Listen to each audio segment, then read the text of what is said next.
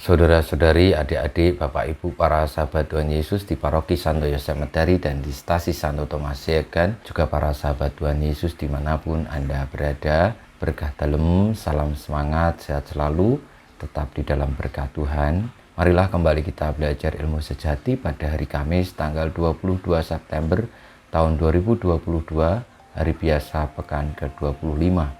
Kita mengawali belajar ilmu sejati kita dengan berdoa. Dalam nama Bapa, Putra, dan Roh Kudus. Amin. Allah Bapa, sumber iman kepercayaan, ajarilah kami mengimani Dia yang bagaikan Elia baru, mengajar kami menikmati kehadiran-Mu di tengah-tengah kami, yaitu Yesus Putra-Mu yang membaptis kami dengan Roh Kudus. Sebab Dialah yang hidup dan berkuasa, yang bersama Dikau dalam persatuan Roh Kudus, Allah sepanjang segala masa. Amin. Para sahabat Tuhan Yesus terkasih, kita akan belajar ilmu sejati dari Injil Yesus Kristus menurut Lukas bab 9 ayat 7 sampai dengan 9.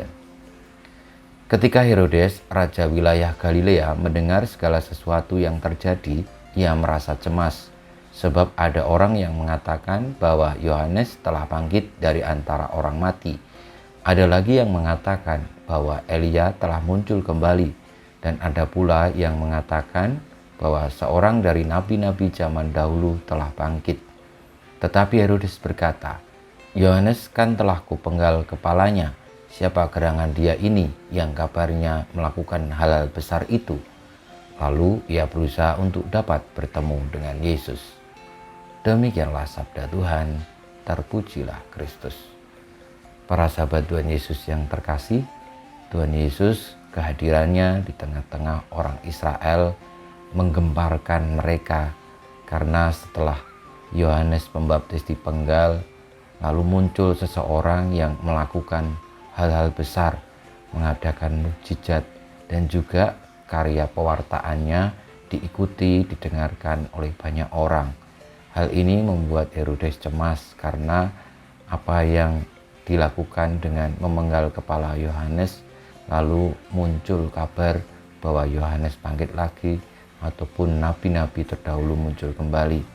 Hal ini mengkhawatirkan Herodes karena tentu ketika ada orang yang seperti Yohanes melakukan hal-hal besar, lalu merebut simpati rakyat, dan akhirnya juga karena umat Israel mengimani bahwa Allah mengirimkan nabi-nabinya, maka apa yang dilakukan oleh Herodes tentu adalah sebuah hal yang salah karena telah memenggal kepala Yohanes Pembaptis. Saudara-saudari yang terkasih, marilah kita mengimani Tuhan Yesus yang kehadirannya adalah menyempurnakan kehadiran para nabi. Hal-hal besar yang dilakukan oleh Tuhan Yesus memang terlebih dahulu dilakukan juga oleh para nabi, tetapi Tuhan Yesus menyempurnakannya. Tuhan Yesus membuat hal-hal besar para nabi itu dikenang dan akhirnya mendapatkan kesempurnaannya dengan memberikan hidupnya untuk keselamatan umat manusia. Dan akhirnya ketika setelah dibunuh, wafat, lalu Tuhan Yesus bangkit pada hari ketiga setelah dimakamkan.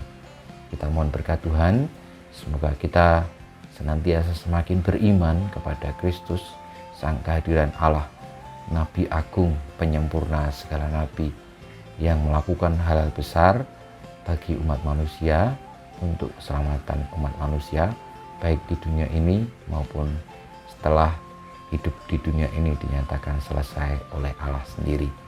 Kita mohon berkat Tuhan, kemuliaan pada Bapa dan Putra dan Roh Kudus, seperti pada permulaan sekarang selalu dan panjang segala abad. Amin. Ya Yesus, jadikanlah hati kami seperti hati-Mu. Tuhan bersamamu dan bersama rohmu, kita semua hidup kita, perjuangan kita untuk teguh mengimani Yesus Sang Mesias, Sang penyempurna para nabi, yang melakukan hal-hal besar untuk keselamatan umat manusia, senantiasa dibimbing, dilindungi, diberkati oleh Allah yang Maha Kuasa, Bapa, Putra, dan Roh Kudus. Amin.